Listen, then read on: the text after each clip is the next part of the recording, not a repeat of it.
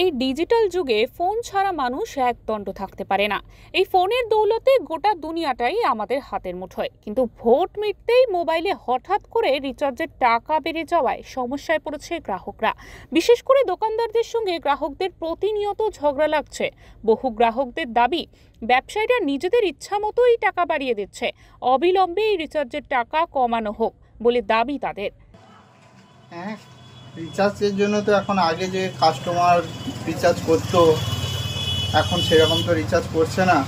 এসে লোক বলছে এত টাকা রিচার্জ বেড়ে গেছে, এই কারণের জন্য তো লোক তো রিচার্জ না করেই চলে যাচ্ছে। ক্ষতি হচ্ছে। রিচার্জ আগে দেখা যেত 1000-1500 টাকা করে প্রত্যেক দিন সেল হতো, এখন তো লোক রিচার্জই করছে না।